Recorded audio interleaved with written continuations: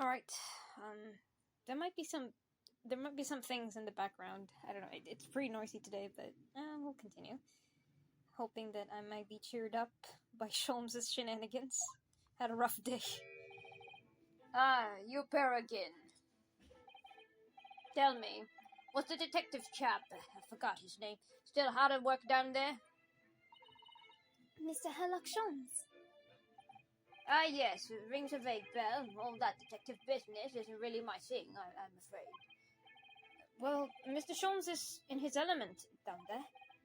Jolly good show. Another cup of tea if you please, chum. Not again. Now then, why don't you tell me what... For the umpteenth time, woman, will you watch what you barely while doing? She doesn't give a shit. I shall be serving dinner shortly, sir. Yes, of course. Frightfully rid of me, but I'm afraid I shall have to ask you to take your leave, if you'll be so kind. Oh, yes, of course. We are deeply grateful for all your assistance. Not at all, not at all.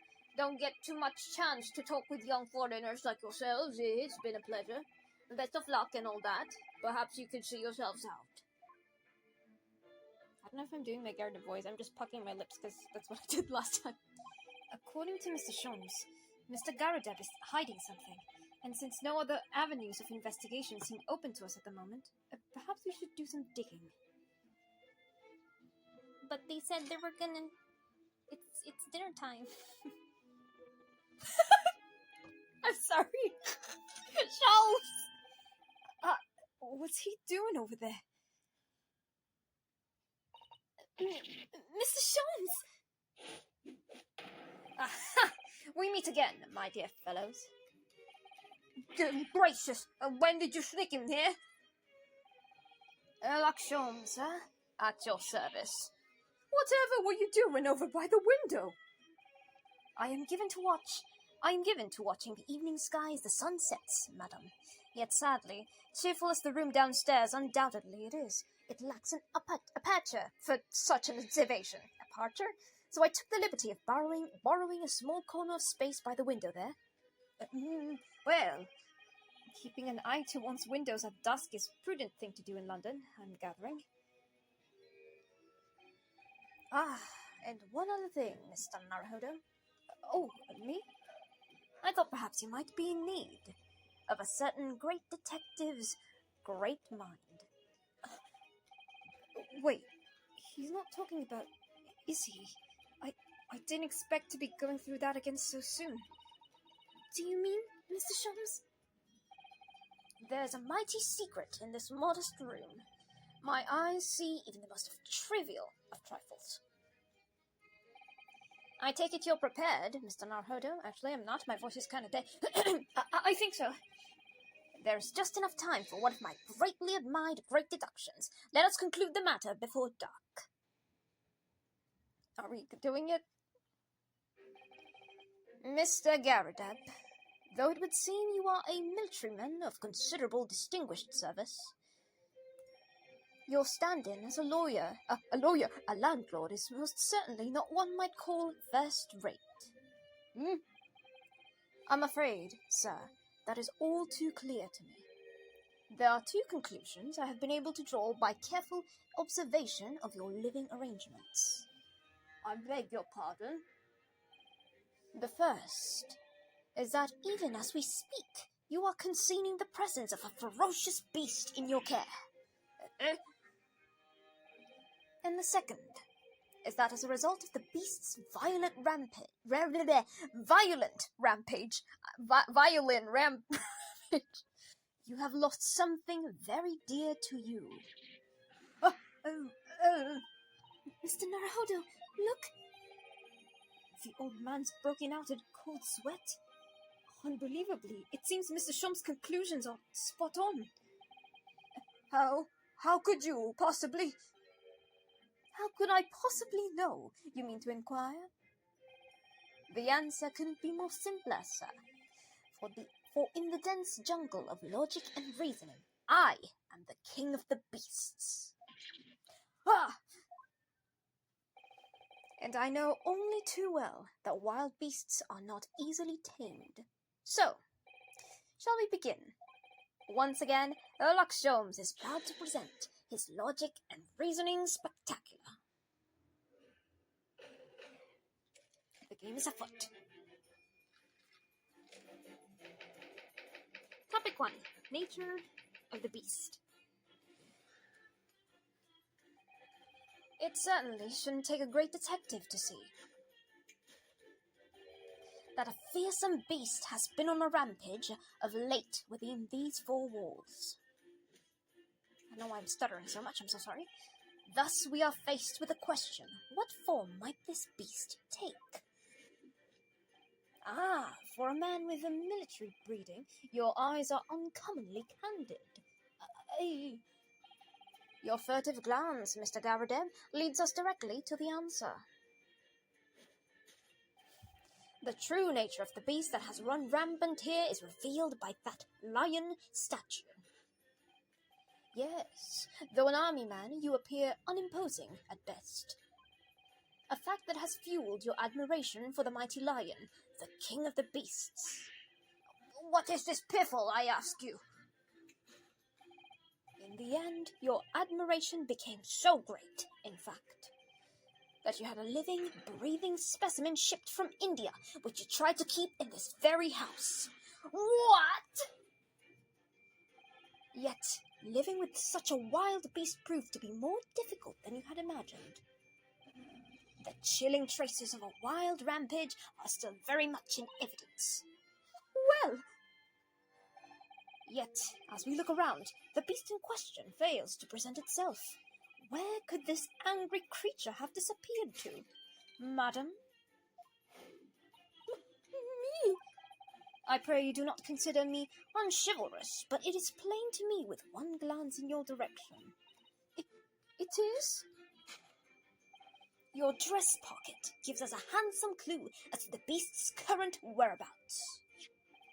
For protruding from it is a handbill advertising a circus show.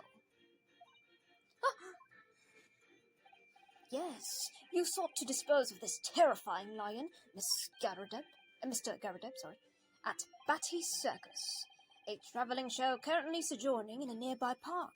I have observed the tents. You sold the savage lion, sir, to the circus troupe. I most certainly did not. I believe I have made my point. The fearsome beast which ran amok in this room was an Indian lion. In a simple visit to the circus now, will reveal the lion prancing jubilantly through a ring of fire. That is a lot of assumptions on what the lion would be doing, even if it was sold. Conclusion: a rampaging Asiatic? I don't know how to read that. Topic 2, aftermath. Now, Mr. Garrideb, it is plainly clear that you still have deep feelings for this formidable beast. Indeed, in that blithe pose, the distress this loss has caused you is veritably tangible. Your head weighs heavy on your shoulders, the pain you feel being revealed by that supporting arm. Amid fits of tears, you let your beloved beast go. The strain of losing something so dear to you is clearly visible in your visage. Nonsense, man, I simply... But what, we must now ask ourselves, is the true cause of this pain? And we need only follow the direction of your gaze to find the answer. Yes, it is in this pile of bills that has given rise to the pain you suffer. What a mood! Every envelope contains another demand for payment. For cartloads of meat, potatoes, wheat, and tea. Indeed, feeding your beloved has been a devastating impact on the financial circumstances of your household. And so you had no choice but to let it go. Yes, well, Now, in a final fit of rage, the ferocious beast carried out one last unimaginable attack. Unimaginable? The aftermath of which can be clearly seen by observing the carpet over there. A very expensive woolen carpet, if I'm not mistaken. Oh, dearie me. What could have caused such a destructive outburst? Oh. This time, madam, I'm afraid it is you who has been inadvertently revealed the truth to me. I don't know if I read that right. Your wondering eye has settled upon the answer very neatly indeed. Yes, to explain the dire state of the carpet, we need only look at the Tower of Cakes. There is no creature more dangerous on earth than a beast with an unsatiated appetite. Was it, or was it not once said by a certain noble woman, if they have no bread, let them eat cake? Food is at the heart of all tragedy, in fact. Is it? Whatever do you mean? Having tired the taste of cake, the beast began to stalk its next prey. I'm sure I need not spell out the nature of this final act of destruction carried out by the beast. It ate the carpet? There is only one logical conclusion. What are you trying to say? Worked into a frenzy by hunger, the lion attacked and ate the carpet. The teeth marks in the carpet are a perfect match with those of the lion I once saw in India. Conclusion, carpet gnawed on by the starving lion. Great. Thus concludes Sherlock Holmes' great deduction of this beastly puzzle. Okay.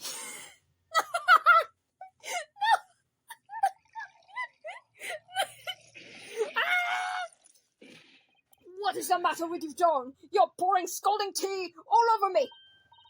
Oh, I'm sorry, Mr. Garrideb. I'm afraid I didn't notice. My deductions can be startlingly sharp. It stands to reason that your cup runneth over. Indeed, my revelations can make people spill tears at times too.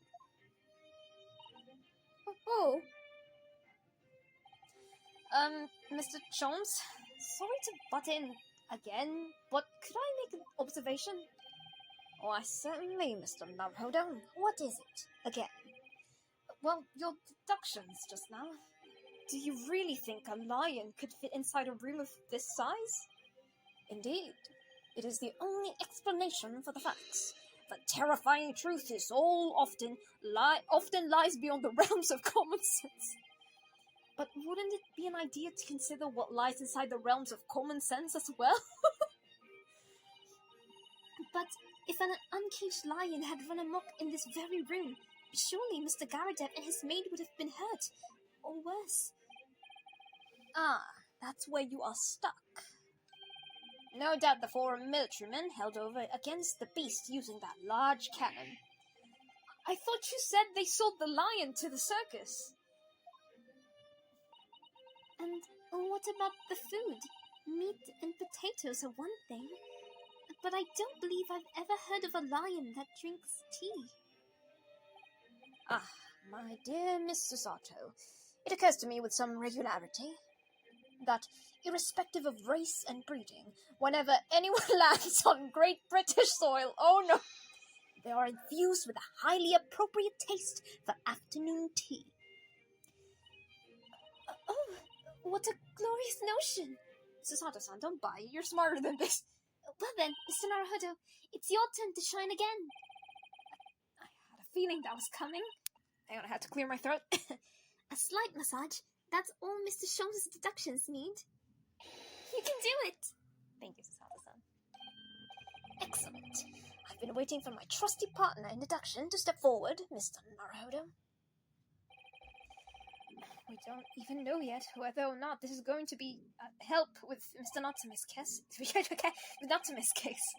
Still, uncovering the truth is always worthwhile, isn't it? At least, that's how I want to believe. Let us start again. From the beginning of Sherlock Holmes' logic and reasoning spectacular. Excuse me. Course correction. Hold it, Mr. Holmes. Topic 1. we're gonna skip ahead. Just because... I'm gonna go drink water, actually, while this is going. Oh, God. Oh, shit. Video cut.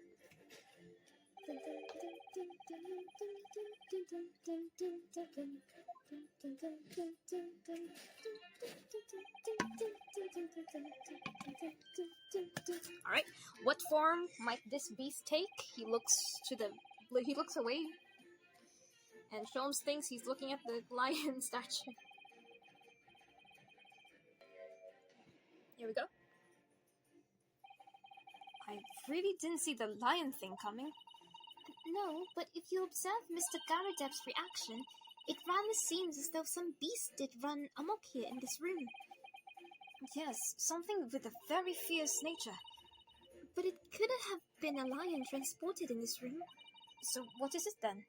We must follow Mr. Garridebs' gaze. That will reveal us to the true answer. Oh yeah, the photograph. Look at this photographic frame. Hello. It's so scary. What is this photograph? It appears to be from Mr. Garridebs' wedding. He looks very happy, doesn't he? He does, but you can't make out his bride.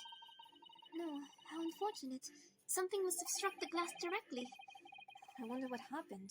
Probably best not to delve too deeply here.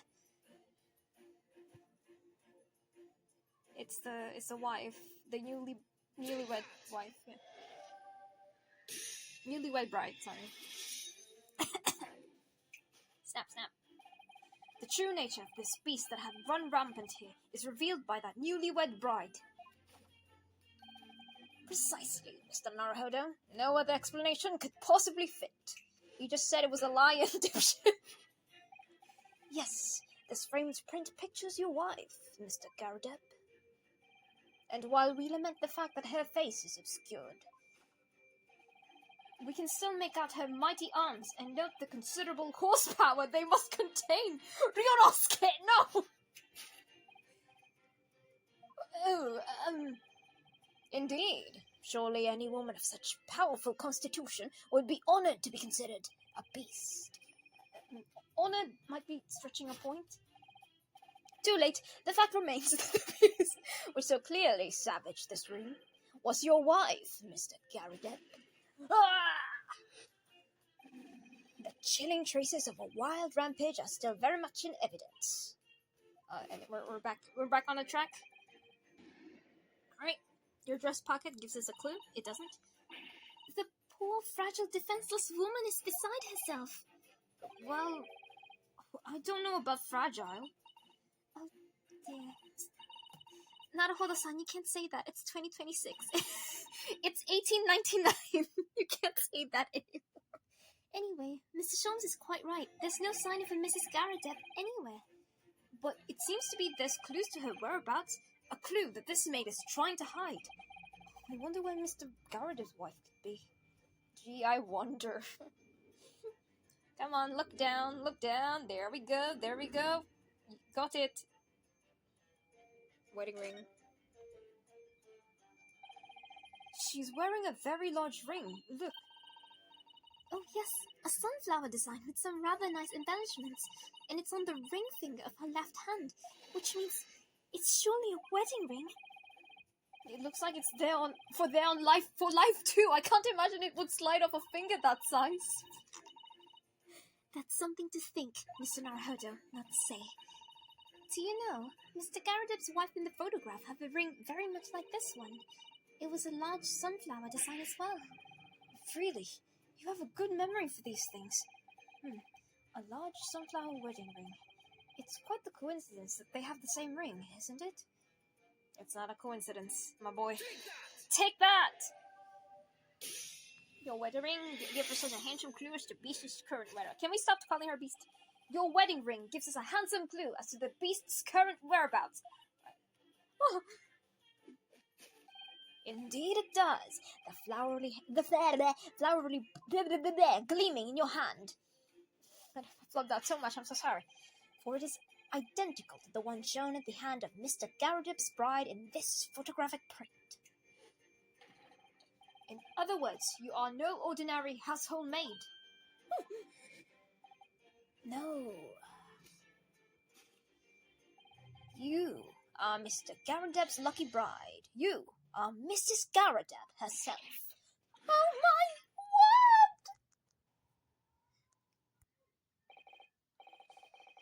word! Well, jolly fine detecting, sir. As you rightly surmised, this is my wife, yes, Miss Joan. Rather let herself go, you might say. You can't say that. It would appear that you don't live in the most comfortable of circumstances. After all, you are a retired army man, yet you are in the business of renting out rooms. I would assume, therefore, you have insufficient means to employ a maid. Would that be correct? It's not right, I tell you. I was second lieutenant of the 3rd Regiment. A man has his pride, don't you know? By golly, it's a sorry thing when a chap can't even afford to have a single maid in his employ. I don't know how to say.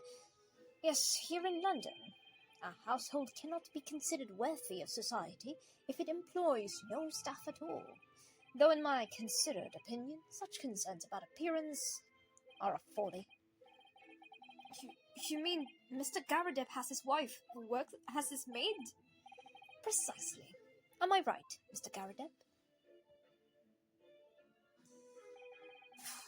Only in company, obviously. Well, listen here. This must remain a secret. Tip-top secret. Please. He's win. Conclusion. The raging wife of Mr. Garrideb. Indeed. Solved. Oh boy. Yeah. Topic 2. Now, Mr. Garrideb, moving on. What happened? What happened in this room? By the supporting arm. Nope. Mr. Sholmes is quite something. He's still calling Mr. Garrideb's wife a beast. Yes, as a woman, that feels rather uncomfortable.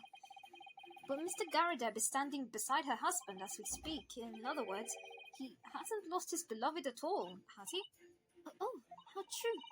So perhaps that supporting arm that seems to be propping up has some other significance, then? According to Mr. Sholmes, Mr. Garrideb's pain is tangible. What could that pose of his really mean? Just turn around. Other side. Other way around. There we go. I've never had a slap that would mark on my face. That's crazy. Oh my, look at that bright red mark. Gosh, that's quite something, and clearly made by someone's hand. Yes, Mr. Garrideb has been slapped in the face, it seems. I've never seen such a clearly defined mark. Whoever could do such a thing? Well, there's a very limited number of candidates, I say. I'll say PSA, domestic violence is not cool, yo. That slapped cheek. She slapped them cheeks. Your head weighs heavy on your shoulders. The pain you feel being revealed by that slapped cheek. And of course, the deliverer of that impressive mark on your cheek that refuses to fade. Was you, Madame Joan Garrideb? Oh, her eyes! Well, yes. You have been desperate to hide that slap mark on your cheek, sir. All these Garrideb exclamatory interjections are very hard in between. How in the blazes? How did you work that out, man? Nothing escapes the notice of one trained in the art of observation, my dear fellow. That's why you haven't looked at us directly, even once. To keep your other side from view. I thought you were just showing off your hairstyle. Now, let us proceed to the next conundrum. Why were you subjected to such a violent slap? In other words, we must ask ourselves, what caused Madame Garrideb to fly into a rage, and both of them look at the same direction, and we need only follow the direction of your gaze to find the answer. Not the bills. No, not the pile of bills. Clothes, but no cigar. Didn't Mr. Sholmes say that the bills were awful lion fodder? Yes, but now we've established that the lion never existed, which can only mean that the thing responsible for gobbling up all that food was Mr. Garridebs' wife. Mr. Naruhodo, she's a person, not a thing. Well, yes, she's also a person who gave her husband a mighty slap round the face, one so hard that it left a perfect hand mark, in fact. Yes, why would a woman want to hit her husband with such a force, I wonder? I'd love to know the answer to that question. Mostly jealousy, I guess. Turn it. There we go. Bookmark. Someone must be reading this book at the moment. There's a bookmark here. Look, I have a burp coming on. There we go. Mr. Garrideb is an avid reader. Oh, wait a minute. I don't think this is a bookmark. Oh no, so it isn't. It's a note written in a woman's hand. Oh, James, I love you. Mary. And look next to the signature here. Lip marks, made with lipstick. Oh, what a passionate and romantic gesture. Don't get any ideas, Susato-san. Oh dear, I'm sorry. So this bookmark is actually a love note then. Yeah, Susato-san is probably an avid reader of AO3 in modern time. That reaction. Take that. Yes, it is this love note that has given rise to the pain you suffer. Oh, James, I love you. Yours, Mary. Passionate indeed. Perhaps the sender of this note, a certain Miss Mary, is the fly on the ointment there. Fly on the ointment. Ah! He slapped her! Again! But I don't know the Bally woman! You don't know her? That note wasn't written to me! It was just in the book. I don't know how it got there. It was just in there, you say? That's right. That's what I've been saying. A likely story. Now listen here, Joan. Old thing, I explained at the time. I bought this book at that second-hand place, and that note must have already been in there. So, the previous owner of the book was using the note as a bookmark, you mean? That's right. That's what I've been saying. A likely story. For heaven's sake, woman, look at the name. It's written to James. My name, in case you'd forgotten, is John. Ah! Oh my god. A likely story. Are you questioning my name now? Ah! She slapped him again! There we have it. Arouse the suspicions of the female heart, and you unleash a beast with a most ferocious bite. Now, in a final fit of rage, the ferocious beast carried out one last unimaginable attack. Unimaginable? Oh yes, the carpet. You're not gonna say that she ate the carpet! Chunks! We only need to look at the Tower of Cakes. But surely Mrs. Garrideb didn't eat the carpet? Of course not. But there doesn't seem to be any doubt that the state of the disarray in this room is a result of her wild temper. No, that's true. So, this last part of Mr. Shom's deduction that we need to fix, we only need to follow Mrs. Garrideb's gaze, and that will tell us the real answer. Alright, let's see what we can see. Yes.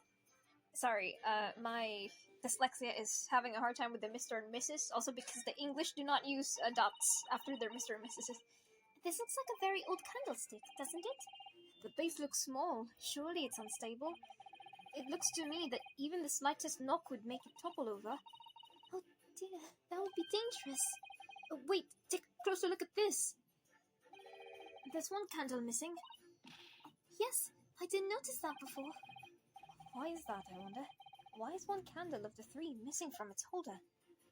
It's right there. It's right there. On the carpet. There we go. Yes. Take that. Or do we inspect it first? Where are we going? Take that. Thank you.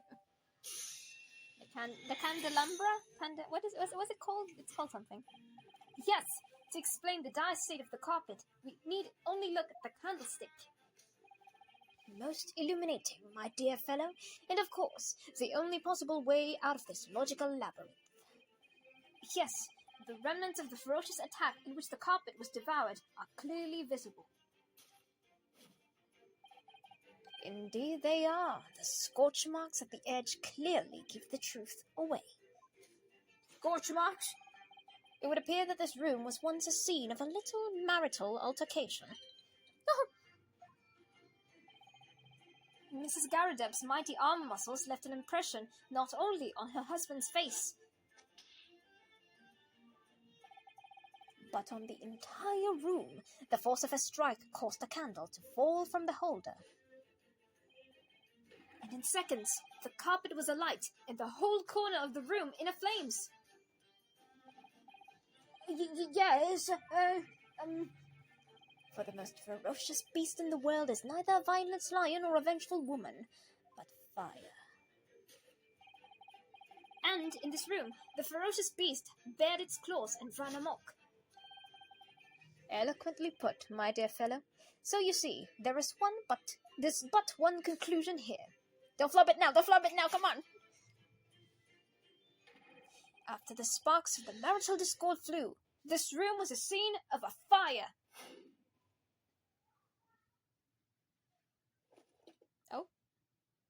Oh, he's standing up. You good, Garrideb?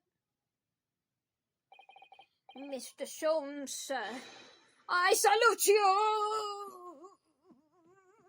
Oh, God. Oh, she caught him. Beautiful. Conclusion. Carpet scorched by small fire. Solved. Deduction complete. Elementary.